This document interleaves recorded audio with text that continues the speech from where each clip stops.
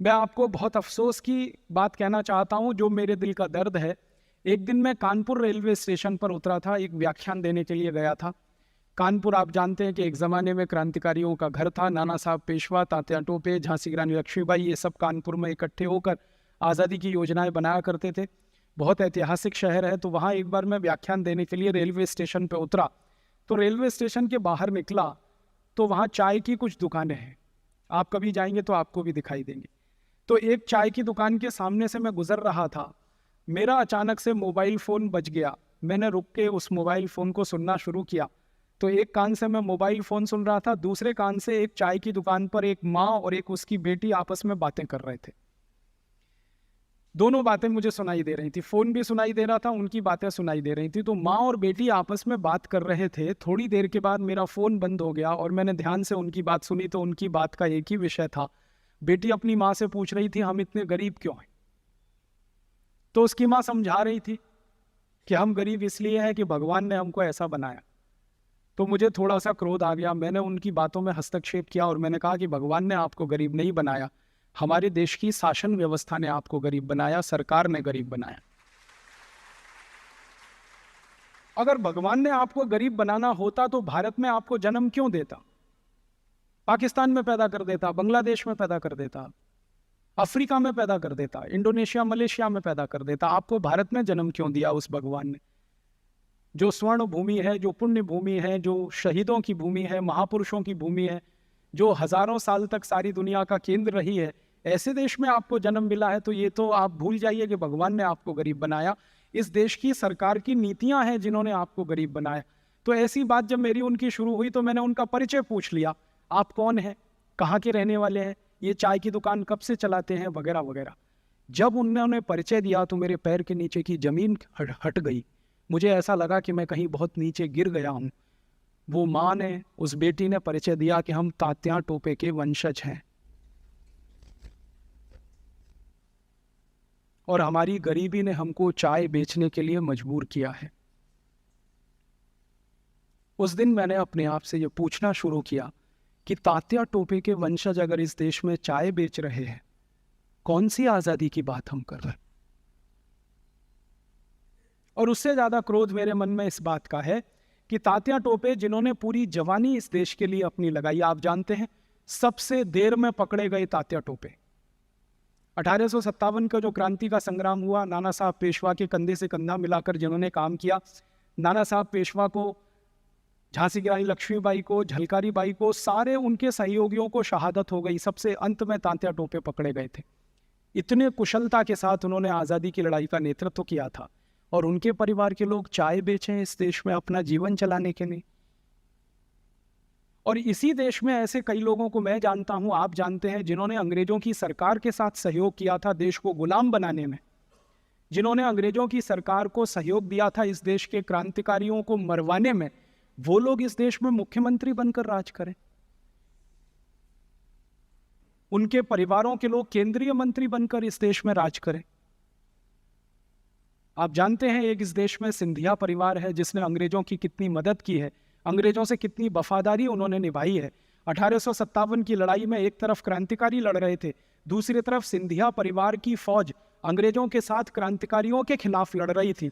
उस सिंधिया परिवार के बड़े बड़े लोग देश में मुख्यमंत्री बने, प्रधानमंत्री के साथ केंद्रीय मंत्री बने, और तात्या टोपे के परिवार के लोग चाय बेचे इस देश में।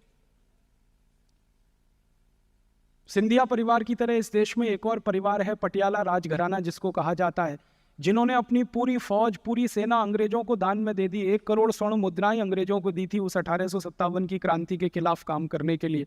उस पटियाला परिवार के लोग मुख्यमंत्री बने पंजाब के, और तात्या टोपे के परिवार के लोग चाय बेचे इस देश में आज़ादी के 63 साल के बाद। अगर यही है तो कैसे कहे देश आज़ाद हो गया? 15 अगस्त मनाना, तिरंगा झंडा फहराना, जनगण मन गाना, ये आज़ादी का नाम नहीं। आज़ादी इससे गहरी कोई चीज़ है। होना तो ये चाहिए था इस देश में आज़ादी के बाद कि जिन्होंने अंग्रेजों से वफादारी की, जिन्होंने अंग्रेजों के साथ दोस्ती निभाई, जिन्होंने अंग्रेजी सरकारों को मदद की, उन सबको इस देश में आज़ादी के बाद या तो फांसी होनी चाहिए थी, या गोली से उड़ा देना चाहिए था, या बम लगाकर तोप से उनका शरीर ख़त्म कर देना चाहिए था। वो लोग सत्ता व्यवस्था में बैठे हैं, हमारे ऊपर शासन कर रहे हैं। उस समय अंग्रेजों के साथ दोस्ती करके शासन करते थे, अब काले अंग्रेजों के साथ दोस्ती करके शासन कर रहे हैं, लेकिन हमको तो मुंह चिढ़ा ही रहे हैं। और जिन्होंने देश की आज़ादी के लिए सब कुछ अपना दे दिया, तन मन धन परिवार सब कुछ कुर्बान कर दिया, उनके सहयोगी, उनके परिवारीजन चाय बेच रहे हैं, कहीं कोई छोटा मोटा नौकरी कर रहे हैं अपने जीवन को चलाने के लिए, तो लगता है कि कुछ तो गड़बड़ है, कुछ तो अधूरापन है इस देश की आज़ादी में। और ये अधूरापन पूरा करना ही होगा, आज नहीं तो कल। शहीदों के सपनों को सम्मान देना ही होगा, आज नहीं तो कल। शहीदों के परिवारीजनों को सम्मान देना होगा, आज नहीं तो कल। नहीं तो शहीदों की शहादत बेकार जाएगी, उसकी सार्थकता खत्म हो जाएगी। आने वाली पीढ़ी कैसे अपने आप को कुर्बान करेगी देश के लिए? अगर ये कहानी मैं देश के बच्चों को सुनाऊं कि तात्या टोपे ने देश की आज़ादी के लिए अपना तन मन धन वतन सब कुछ वार कर दिया और आज उनके परिवार के लोगों को चाय बेचकर जिंदगी बितानी पड़ रही है, तो नौजवान पीढ़ी के मन में क्या दृश्य बनेगा? कौन सा उनके दिमाग में सपना पैदा होगा? किस ताकत से वो ये कह पाएंगे कि हमारे शहीदों ने जो किया वो ठीक किया? इसलिए मैं मानता हूं कि आज़ादी आ तो गई है, लेकिन आज़ादी के बाद की व्यवस्था वैसी नहीं है जो आज़ादी के लिए सपना देखने वाले शहीदों ने सोची थी। इससे भी ज़्यादा खराब बातें हैं मुझे जो आपको कहनी नहीं चाहिए कि इस देश में एक नहीं ऐसे सैकड़ों शहीदों के परिवार हैं जिनके लिए खाने को पैसे नहीं। थोड़े दिन पहले शहीद आज़म भगत सिंह के परिवार के लोगों को, शहीद आज़म भगत सिंह का एक बहुत बड़ा संदूक था जो उनके दस्तावेजों से भरा हुआ था, वो सहारनपुर से लेकर और उनके अपने जलंधर जिले में लेके जाना था। उस ट्रंक को भेजने के लिए पैसे इकट्ठे नहीं हो पा रहे थे। इतनी गरीबी में भगत सिंह के परिवारी जन लोग रह रहे इस देश। ठाकुर रोशन सिंह के परिवार के लोग, चंद्रशेखर आजाद के परिवार के लोग अभी भी मध्य प्रदेश में बड़ी जलालत और गरीबी की जिंदगी जी रहे। एक भी शहीदों के परिवार में से ऐसा नहीं मिला मुझे, मैंने तो पिछले 10-12 वर्षों में कुछ 50 से ज़्यादा शहीदों के परिवारों में जाकर स्थिति को समझने की कोशिश की है। एक भी परिवार ऐसा नहीं मिला जो ये कहता हो कि हाँ, आज़ादी के बाद हम कोई सम्मान की ज़िंदगी जी रहे हैं, कोई सुकून की ज़िंदगी जी रहे हैं। और ये तो वो 50 परिवार हैं जिनको मैंने खोज लिया इस देश में से, पता नहीं ऐसे कितने हजार परिवार, कितने लाख परिवार। इसलिए हम मानते हैं भारत स्वाभिमान की तरफ से कि ये आज़ादी अधूरी है, और ये आज़ादी पूरी तब होगी जब शहीदों के सपनों का सम्मान होगा, शहीदों के परिवारियों का सम्मान होगा, उनको इस देश में वो स्थान मिलेगा जो इस देश में आज सत्ता चलाने वालों को मिला हुआ है, जिन्होंने आज़ादी की लड़ाई में अपने जीवन में से कुछ नहीं गंवाया, जिन्होंने आज़ादी की लड़ाई में कभी कोई भाग नहीं लिया, जिन्होंने आज़ादी की लड़ाई में अपने खून की एक बूंद भी कभी दान नहीं की, उन लोगों के हाथ में पूरे देश की शासन व्यवस्था हो, और जिन्होंने आज़ादी की लड़ाई में अपना सब कुछ गंवाया, वो तिल तिल भूखे मरें, चाय बेचनी पड़े, पकौड़ियाँ बेचनी पड़े उनको, ये हमारे लिए बहुत शर्मनाक है, बहुत अफसोस है। इस व्यवस्था को ठीक करना है। इसी व्यवस्था को ठीक करने के लिए भारत स्वाभिमान का जन्म हुआ है, वरना इस अभियान की कोई ज़रूरत नहीं थी। 63 साल हमने देखा कि कोई सरकार ये काम नहीं कर रही है। 63 साल में इस देश में 20 सरकार आई और चली गई, अलग अलग पार्टियों की सरकारें आई और चली गई। किसी को ध्यान में नहीं आया कि तात्या टोपे के परिवार के लोग चाय बेचें। किसी का दिल नहीं धड़का, किसी के पेट का पानी नहीं हिला इस देश। सालों साल से वो कानपुर सेंट्रल रेलवे स्टेशन पर चाय की दुकान लगाते। इसका मतलब है कि हमारी शासन व्यवस्था में संवेदनहीनता आ गई है, पूरी तरह से संवेदन शून्य हो गया है। चोर उचक्के, लुच्चे, लफंगे, बदमाश, लंपट किस्म के लोग शासन व्यवस्था में आए, जिन्होंने अपराध किए हैं वो इस देश के मंत्री बन जाएं, जिनको जेलों में होना चाहिए वो संसद में जाकर बैठ जाएं, जिनको जेलों में होना चाहिए वो विधानसभाओं में जाकर बैठें, जिन्होंने जिंदगी भर कानून तोड़ने का काम किया है वो कानून बनाए इस देश में। ऐसी आज़ादी हमें नहीं चाहिए। इस आज़ादी की व्यवस्था को तो बदलना ही चाहिए, और इसी बदलाव के लिए भारत स्वाभिमान का अभियान शुरू। मैं और एक बहुत गहरी बात आपसे कहना चाहता हूँ। थोड़ी देर पहले मैंने नाम लिया लाला लाजपत राय का, जिनकी मृत्यु हुई थी अंग्रेजी पुलिस के सिर पर लाठियाँ और डंडे खाने से। आपको मालूम है एक ज़माना था जब अंग्रेजों की सरकार चला करती थी तो उन्होंने एक कानून बनाया था, उसका नाम था रॉलेट एक्ट। थोड़ा भी इतिहास आपने पढ़ा होगा तो आपको ये कानून का नाम याद आ जाएगा, रॉलेट एक्ट। ये कानून को अंग्रेज लागू करना चाहते थे इस देश में। कानून क्या था किसी भी भारतवासी को कोई भी अंग्रेज पुलिस का अधिकारी घर में जाए, गिरफ्तार करके जेल में डाल दे, उसके ऊपर मुकदमा ना चलाए, फिर भी वो व्यक्ति सालों साल जेल में बंद रहे, ऐसा कानून था रॉलेट एक्ट। किसी भी भारतवासी को कोई अंग्रेजों का पुलिस का अधिकारी रात के 2 बजे, रात के 3 बजे सोते से उठाकर लाए, थाने में बंद कर दे और उसको ये ना बताए कि तुम्हारा अपराध क्या है, और उसको ये ना बताए कि तुमको किस अपराध में गिरफ्तार किया गया है, फिर भी उस व्यक्ति को बंद रहना पड़े महीनों महीनों, सालों सालों, ये कानून था रॉलेट एक्ट। अंग्रेजों की सरकार इस कानून को लागू करना चाहती थी। भारत के जो क्रांतिकारी लोग थे वो इस कानून का विरोध कर रहे थे। तो इस कानून का विरोध करने के लिए लाहौर में एक बहुत बड़ी रैली निकाली गई थी, जैसे हम आजकल निकालते हैं सरकार की नीतियों का विरोध करने के लिए। उस रैली का नेतृत्व कर रहे थे लाला लाजपत राय, और शांतिपूर्ण रैली थी। उस रैली के ऊपर एक अंग्रेज पुलिस अधिकारी सैंडर्स ने लाठियां चलाई थी, और इतनी लाठियां चलाई थी कि लाला जी की रैली से हॉस्पिटल ले जाते हुए मृत्यु हुई थी। लाला जी के सिर में लाठियां मारी गई थी, एक नहीं 14 लाठियां मारी गई। आपको मालूम है कि लाठी मारने का भी एक नियम है पुलिस का, और वो नियम ये है कि कमर से नीचे के भाग में ही लाठी मारी जा सकती है, उससे ऊपर लाठी मारी नहीं जा सकती। नियम है ये, पुलिस का नियम है। लेकिन अंग्रेजी अधिकारी सैंडर्स ने उस नियम का उल्लंघन किया, लाला जी के सिर में लाठियां मारी, खून निकला, हॉस्पिटल ले गए, उनकी मृत्यु हो गई। उनकी मृत्यु के बाद भारत के क्रांतिवीर भगत सिंह ने अंग्रेजी अधिकारी सैंडर्स के खिलाफ एक मुकदमा दायर करने का प्रयास किया, और मुकदमे का आधार यही था। कानून ये कहता है कि लाठियां कमर के नीचे मारी जानी चाहिए थी, लेकिन शहीद आजम भगत सिंह का कहना था कि सिर पे मारी गई, उससे उनकी मृत्यु हुई। तो भगत सिंह का ये कहना था कि सैंडर्स को सजा मिलनी चाहिए। उसके लिए पहले उन्होंने एफआईआर दर्ज कराने की कोशिश की, लेकिन आसानी से एफआईआर दर्ज नहीं हुई। तो फिर ये सब क्रांतिकारियों ने मिलकर मुकदमा करने के लिए ऊपर के अधिकारियों से बात की। तो ऊपर के अधिकारियों से जब वार्तालाप हुआ इनका, मुकदमा तो दर्ज नहीं हुआ, सिर्फ वार्तालाप हुआ, तो इनको पता चला कि अंग्रेजों की सरकार ने एक कानून बनाया हुआ है, उसका नाम है इंडियन पुलिस एक्ट। ये कानून बनाया था 1860 में, और लाला जी को लाठी मारने की घटना हुई 1927 में। तो 1860 से भारत में कानून लागू था, इंडियन पुलिस एक्ट। उस कानून में हर अंग्रेज अधिकारी को राइट टू ऑफेंस और किसी भी भारतीय व्यक्ति को राइट टू डिफेंस नहीं। इसका मतलब क्या?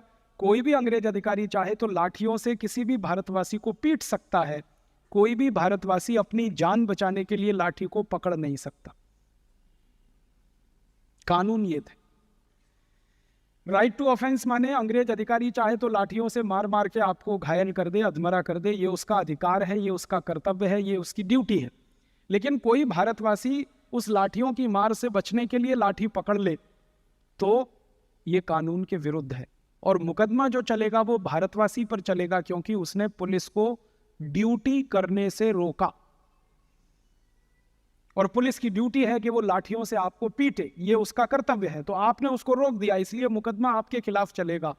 तो जब ये मामला आया और इंडियन पुलिस एक्ट की व्याख्या हुई, तो शहीद आजम भगत सिंह को उत्तर मिला अंग्रेज सरकार की तरफ से कि सैंडर्स के खिलाफ कोई केस नहीं बनता, क्योंकि सैंडर्स का कर्तव्य था, अधिकार था, उसने लाला जी को मारा। अब मृत्यु हो गई तो हम अफसोस व्यक्त कर सकते हैं, इससे ज्यादा कुछ नहीं। लिहाजा सैंडर्स के ऊपर मुकदमा नहीं चला, न्याय इनको नहीं मिला। तब भगत सिंह को गुस्सा आया और उन्होंने कहा कि अंग्रेजी शासन व्यवस्था में अगर हमको न्याय नहीं मिलता तो हम कानून को अपने हाथ में लेंगे। और उस दिन भगत सिंह ने पिस्तौल उठाई और कसम खाई कि सैंडर्स को मैं मारूंगा। और उसके लिए उन्होंने योजना बनाई, और उस योजना में उनके सहयोगी शामिल हुए, चंद्रशेखर आज़ाद उनके साथ शामिल हुए, उनके दूसरे सहयोगी शामिल हुए, और एक दिन उस योजना को उन्होंने पूरा किया। सैंडर्स को उन्होंने गोली मारी, भगत सिंह ने गोली मारी। एक गोली में सैंडर्स मर गया था, 2 और मारी। जब भगत सिंह को किसी ने पूछा कि वो तो एक ही गोली में मर गया था, 2 और आपने क्यों मारी, तो भगत सिंह को गुस्सा इतना था, उन्होंने कहा रिवॉल्वर में 3 ही गोलियां थी, अगर 3 और होती तो मैं 6 मारता उसको।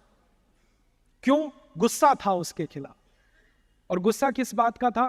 सैंडर्स को इंडियन पुलिस एक्ट के आधार पर राइट टू ऑफेंस मिला हुआ था, और किसी भी भारतीय व्यक्ति को राइट टू डिफेंस नहीं था। अब इस अपराध की सजा क्या हुई?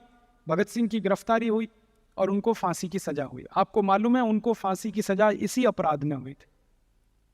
उन्होंने एक बार भारत की संसद में, जिसको उस जमाने में असेंबली कहा जाता था, भी फेंका था, लेकिन उस बम से कोई घायल नहीं हुआ था, कोई मरा नहीं था, उस बम में ऐसा कोई गोला बारूद नहीं था, इसलिए हानि किसी की नहीं हुई थी। उसमें तो उनकी गिरफ्तारी हुई थी और कुछ साल की सजा देने का ऐलान था, लेकिन चूंकि सैंडर्स को उन्होंने गोली से मारा, उस अपराध में उनको फांसी हुई थी। तो भगत सिंह जी को फांसी के पहले पूछा गया बार बार कि आपको क्या कहना है, क्या कहना है, तो वो एक ही बात बार बार कहते थे। जो भी कोई मिलने गया उनसे, विजिटर बुक में लिखा है, लाहौर की जेल में जो जो लोग भगत सिंह जी को मिलने गए, छोटे से लेकर बड़े तक, भगत सिंह सबको एक बात कहते थे कि मैं तो शहीद हो जाऊंगा, मुझे तो फांसी हो जाएगी, लेकिन आप सब भारतवासी मिलकर ये अंग्रेजों का कानून जिसका नाम है इंडियन पुलिस एक्ट, इसको सबसे पहले खत्म कराना। जिस दिन अंग्रेज भारत से जाए उस दिन इंडियन पुलिस एक्ट को जला देना। ये आजाद भारत के लिए कानून नहीं होना चाहिए। ये उनके दिल का दर्द था। अब मैं आपसे विनम्रता पूर्वक एक बात कहना चाहता हूं, वो ये कि शहीद आजम भगत सिंह के दिल का जो दर्द था कि इंडियन पुलिस एक्ट 1860 वाला कानून बदल जाना चाहिए अंग्रेजों के जाने के बाद, लाला लाजपत राय को जिस अंग्रेजी कानून के तहत लाठियां मारी गई, पुलिस ने उनको पीटा और उनकी मृत्यु हुई, वो कानून आज़ादी मिलने के 63 साल के बाद भी इस देश में चल रहा है, वैसे ही चल रहा है जैसे अंग्रेजों के ज़माने में चलता था। अभी भी पुलिस अधिकारियों को राइट टू ऑफेंस है और किसी भी भारतवासी को राइट टू डिफेंस नहीं है। अभी भी पुलिस अंग्रेजों की तरह से ही व्यवहार करती है। जैसे अंग्रेजों की पुलिस भारतवासियों पर लाठी चार्ज करती थी, वैसे ही आज़ाद भारत की पुलिस भी भारतवासियों पर लाठी चार्ज करती है। जैसे अंग्रेजों की पुलिस गोलियां चलाती थी, वैसे ही भारत की पुलिस गोलियां चलाती है। पुलिस की गोलियों में लोग मारे जाते हैं, लाठी चार्ज में लोग घायल हो जाते हैं। कानून वही चल रहा है जो 1860 में बना था। बस अंतर इतना ही है कि पुलिस को लाठी चार्ज करने का आदेश देने वाले पहले गोरे अंग्रेज थे, अब पुलिस को लाठी चार्ज का आदेश देने वाले काले अंग्रेज हो गए हैं। व्यवस्था वही है, कानून वही है, नीतियां वही है। इसलिए हम भारत स्वाभिमान वाले ये मानते हैं, आज़ादी है कहाँ। और एक दो काम हम करना चाहते हैं इस देश में। शिक्षा व्यवस्था इस देश की बदलना चाहते हैं, स्वदेशी शिक्षा हमें लानी है। ये जितनी अर्थव्यवस्था की बातें हैं वो हम लोग कहते हैं कि स्वदेशी अर्थव्यवस्था में हम ये करना चाहते हैं, शिक्षा में स्वदेशीकरण करना चाहते हैं। अभी शिक्षा है वो मैकॉले की है, आप सभी जानते हैं। जितना पाठ हम पढ़ते हैं, जो अभ्यास करते हैं, वो सब मैकॉले का। पाठ्यक्रम बिल्कुल हमने नहीं बदला 63 साल के बाद भी। मैकॉले ने यह पाठ्यक्रम बनाया था भारत में कारकुन तैयार करने के लिए। अब हम वही पाठ्यक्रम चला रहे हैं, हमारे बच्चों को कारकुन ही बना रहे हैं, और उससे ज्यादा क्या बन रहा है। और इस मैकॉले के पाठ्यक्रम में सबसे बड़ी बुराई है कि अंग्रेजी का है पूरा, और अंग्रेजी हमारी मातृभाषा नहीं, वो विदेशी भाषा है, हमको आती नहीं है और आनी भी नहीं चाहिए। क्यों आनी चाहिए? हमको मराठी आनी चाहिए, संस्कृत आनी चाहिए, हिंदी आनी चाहिए, कन्नड़ आनी चाहिए, तमिल आनी चाहिए, तेलुगु आनी चाहिए। अंग्रेजी क्यों आनी चाहिए? किस अंग्रेज को हिंदी आती है जो हमको अंग्रेजी आनी चाहिए? बताओ ना, किस अंग्रेज को मराठी आती है जो हमको अंग्रेजी आनी चाहिए? अंग्रेजी तो नहीं आनी चाहिए। और इस देश में सबसे ज्यादा विद्यार्थी नापास होते हैं वो अंग्रेजी में, कारण की मातृभाषा नहीं है उनकी, इसलिए नापास होते हैं। बंद करो इस अंग्रेजी को, कोई नापास नहीं होगा, कोई फेल नहीं होगा। विषय पढ़ाओ ना, विषय का ज्ञान दो, गणित का ज्ञान दो, भौतिक शास्त्र का ज्ञान दो, रसायन शास्त्र का ज्ञान दो, इंजीनियरिंग सिखाओ, मेटलर्जी सिखाओ, केमिकल इंजीनियरिंग सिखाओ, कुछ भी सिखाओ, विषय सिखाओ। ये भाषा के चक्कर में क्यों फंस गए? और भाषा भी मूर्खों की है, कुछ दम नहीं है उसमें।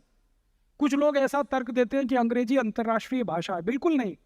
दुनिया में 200 देश है, मात्र 14 देशों में अंग्रेजी चलती है, बाकी कहीं अंग्रेजी नहीं। और वो 14 देश वो है जो अंग्रेजों के गुलाम थे। ऑस्ट्रेलिया, न्यूजीलैंड, कनाडा, अमेरिका, फिर ब्रिटेन, फिर स्कॉटलैंड, फिर आयरलैंड, फिर भारत, फिर पाकिस्तान, फिर बांग्लादेश। इन्हीं देशों में अंग्रेजी है क्योंकि ये गुलाम थे अंग्रेजों के, बाकी कहीं नहीं है। फ्रांस में फ्रेंच है, जर्मनी में जर्मन है, रूस में रशियन है, जापान में जापानीज है, चीन में चाइनीज है, डेनमार्क में डेनिश है, नीदरलैंड में डच है। सब देशों की अपनी भाषाएं। कोई देश अंग्रेजी में काम नहीं करता, बात भी नहीं करता।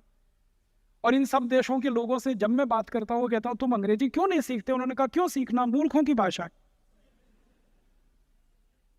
और अंग्रेजी की मूर्खाई हमें समझ में आती है, फिर भी हम उसको चिपक के पकड़ के रखे। दुनिया में किसी भी भाषा में इतनी मूर्खता नहीं है जितनी अंग्रेजी में। PUT put, BUT boot, BUT but, PUT पट, सीयूटी कट है, बीयूटी बट है, तो पीयूटी पट होना चाहिए कि नहीं? और अगर पीयूटी पुट है तो बीयूटी पुट सीयूटी कुट होना चाहिए। कुछ और छोरी नहीं है, इतनी मूर्खता की भाषा। अंग्रेजी की मूर्खाई क्या है, एक जगह CH होता है का और एक जगह CH होता है चा। अंग्रेजी का एक शब्द है केमिस्ट्री, CHEMISTRY, केमिस्ट्री, ठीक है। तो चोपड़ा, CHOPARA, चोपड़ा, तो यहां कोपड़ा होना चाहिए।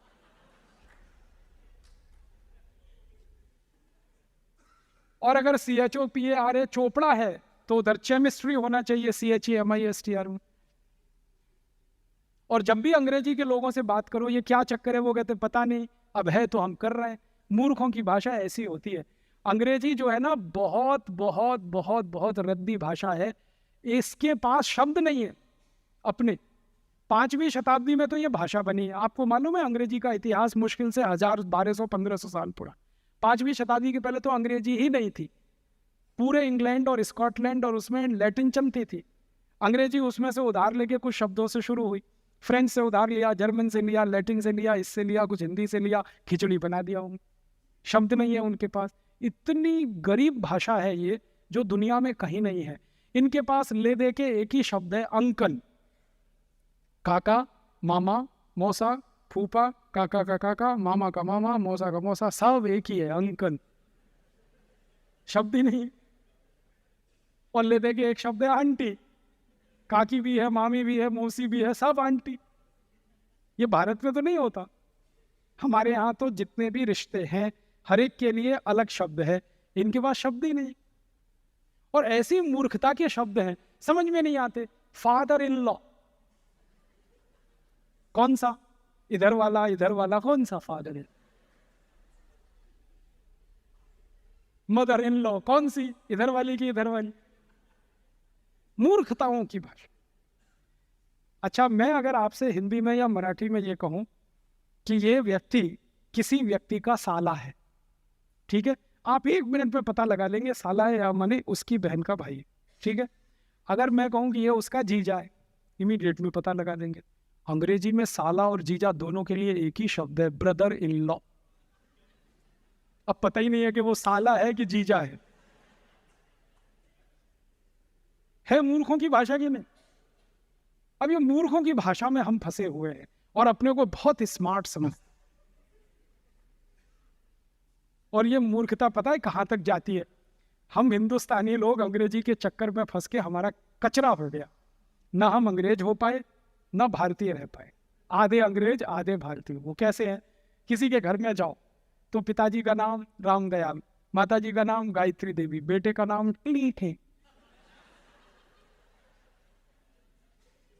अब मैं पूछता हूं ये रामदयाल और गायत्री देवी का टिंकू कहां से आए?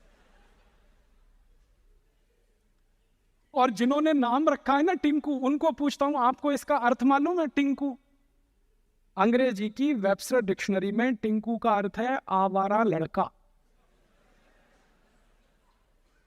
जो बाप की ना सुने, मां की ना सुने, वो टिंकू है। और यहां अच्छे खासे अपने बेटे को आप टिंकू बोल बोल के टिंकू बना रहे। क्या मूर्खता के नाम रखे। कैसे कैसे नाम रखते हैं? डब्लू, बबलू, पिंकू, टिंकू, बबली, डबली, ट्विंकल, डिम्पल। क्या मूर्खता। कुछ नामों की कमी है अपने संस्कृत में, मराठी में, हिंदी में। क्यों आप ये फालतू अंग्रेजी नाम? और ऐसी मूर्खाई है इस देश में अंग्रेजी के नाम पे। कभी कभी कुछ घरों में मैं चला जाता हूँ भोजन आदि करने के लिए, क्योंकि मैं भोजन होटल में नहीं करता, ठहरता भी होटल में नहीं, किसी के घर में ठहरता हूँ, खाता भी घर में ही। तो अक्सर घरों में जाता रहता हूँ, तो वहाँ अंग्रेजी की मूर्खाई दिखाई देती। अभी थोड़े दिन पहले मैं किसी के घर में गया दिल्ली, तो उनके एक छोटे से बेटे को माता पिता ने मेरे सामने लाके खड़ा कर दिया, ये हमारा बेटा है। मैंने कहा ठीक है, बहुत अच्छा, ये बहुत होशियार है। मैंने कहा अच्छा, ये बहुत अच्छी कविताएं सुनाता। मैंने कहा अच्छा, सुनवाओ जरा। तो उन्होंने कहा बेटे पोएम सुनाओ अंकल को। मैंने कहा मैं अंकल तो नहीं। कहने लगे फिर क्या है? मैंने कहा काका बना लो, मामा बना लो, कुछ बना लो, अंकल तो नहीं। जो सुविधा है बना लो, मामा बना लो, काका बना लो, कुछ कर लो। तो फिर बच्चे ने कविता सुनाना शुरू किया। Rain rain go away, come again another day, little baby wants to play. मैंने बच्चे को पूछा तुमको अर्थ मालूम है इस कविता का? नहीं मालूम। क्यों सीखा? मम्मा ने सिखाया। मम्मा को पूछा आपको अर्थ मालूम है? नहीं मालूम। क्यों सिखाया? उसके टीचर ने सिखाया। टीचर को फोन लगाया, आपको अर्थ मालूम है इस कविता का? नहीं मालूम। किसने सिखाया? हमारे टीचर ने सिखाया। अब मूर्खों के मूर्ख कविता सिखा रहे हैं, rain rain go away come again another day. फिर मैंने उस बच्चे को समझाया इस कविता का अर्थ है बारिश बारिश तुम चली जाओ, यहाँ मत आओ क्योंकि मुझे खेलना। अब भारत के बच्चे ये कविताएं गाएं, बारिश बारिश तुम चली जाओ यहाँ मत आओ, और करोड़ों बच्चे ये कविताएं गाएं, भगवान ने सुन ली तो?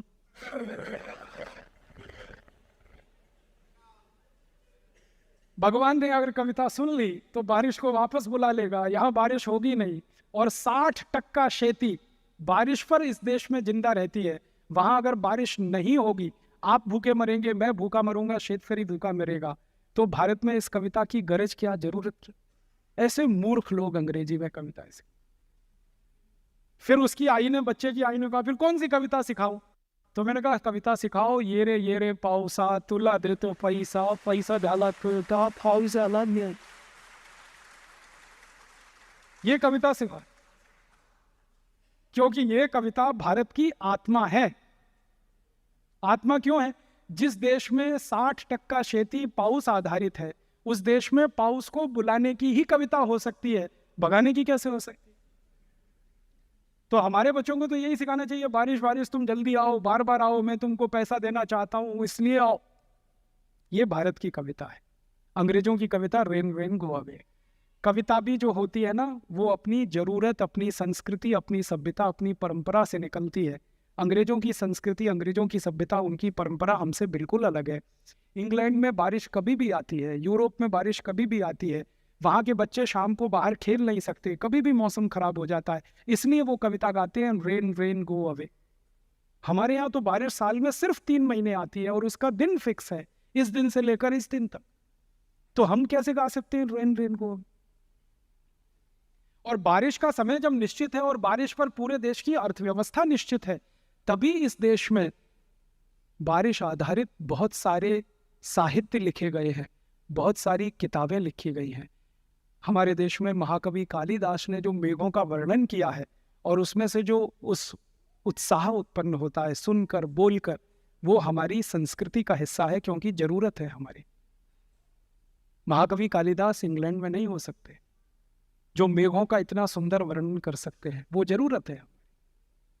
तो हम तो हमारी जरूरत सभ्यता, संस्कृति, परंपरा में से लेंगे, अंग्रेजों की सभ्यता, संस्कृति, परंपरा से हमारी जरूरत पूरी नहीं है। तो इस अंग्रेजियत को छोड़िए, आप भाषा को छोड़िए। अंग्रेजों को आपने छोड़ दिया, इस भाषा को क्यों पकड़ के रखा है? अपनी जिंदगी से निकालिए इसको, और फालतू अंग्रेजी का रौब मत झाड़िए किसी पर। मुझे बहुत सारे लोग ऐसे मूर्ख मिलते हैं, वो अंग्रेजी में बात करते हैं, मराठी आती है फिर भी अंग्रेजी में बोलते हैं, हो Rajiv Dixit, she is my missus. मैं पूछता हूं really she is your missus? तब वो थोड़े परेशान होते, वो पूछते आप क्या बोल रहे हैं? मैं पूछ रहा हूं सच में वो तुम्हारी मिसेज है? तुमको मालूम है मिसेज का अर्थ क्या होता है? मिसेज शब्द का अर्थ क्या है? इंग्लैंड में और यूरोप में एक बड़ी खराब परंपरा है, वो आपको अच्छी नहीं लगेगी सुनने में, लेकिन मैं बताना चाहता हूं। परंपरा यह है कि कोई भी स्त्री और कोई भी पुरुष एक के साथ पूरे जीवन में नहीं रह सकता। अभी शादी की, 2 दिन बाद तलाक होगा, फिर शादी होगी, फिर तलाक होगा, फिर शादी होगी, फिर तलाक होगा। एक स्त्री एक पुरुष जिंदगी भर एक के साथ रह नहीं सकते, बार बार एक दूसरे को बदलते हैं। जैसे हम कपड़े बदलते हैं, शर्ट बदलते हैं, वो एक दूसरे पार्टनर को बदलते हैं। और एक्स्ट्रा मैरिटल अफेयर्स उनके यहाँ कॉमन है। कोई पति पत्नी है, अकेले एक दूसरे से संतुष्ट नहीं होंगे, उनके रिश्ते दूसरों के साथ भी हों। एक महिला कम से कम 10-15 पुरुषों के साथ सोएगी रात को, एक पुरुष 10-15 महिलाओं के साथ रात को सोएगा। ये हजारों साल पुरानी उनकी परंपरा। अब इसमें होता क्या है, पत्नी तो एक ही है और पति तो एक ही है, तो पत्नी और पति तो एक एक है, लेकिन बाकी जिनके साथ आप बिस्तर में सो रहे हैं वो सब मिस्टर एंड मिसेस होते हैं। मिसेस का माने होता है धर्म पत्नी को छोड़कर कोई भी स्त्री जिसके साथ आप रात को बिस्तर में सो सके, वो सब मिसेस होती। और यहाँ अच्छी खासी धर्म पत्नी को हम मिसेस बनाने में लगे हुए हैं, oh she is my Mrs. तब मैं पूछता हूं really she is your Mrs? और मिस्टर इसका उल्टा है, पति को छोड़कर कोई भी पुरुष जिसके साथ बिस्तर में सोए वो मिस्टर है। तो यहाँ का पति मिस्टर नहीं है और यहाँ की पत्नी मिसेस नहीं। और हमारे पास कितना सुंदर शब्द है पत्नी के लिए, श्रीमती। श्री माने लक्ष्मी, मति माने बुद्धि। सरस्वती और लक्ष्मी दोनों एक साथ, वो श्रीमती, वो मिसेस नहीं। आप मत बोलिए ये शब्द का, मिस्टर भी मत बोलिए।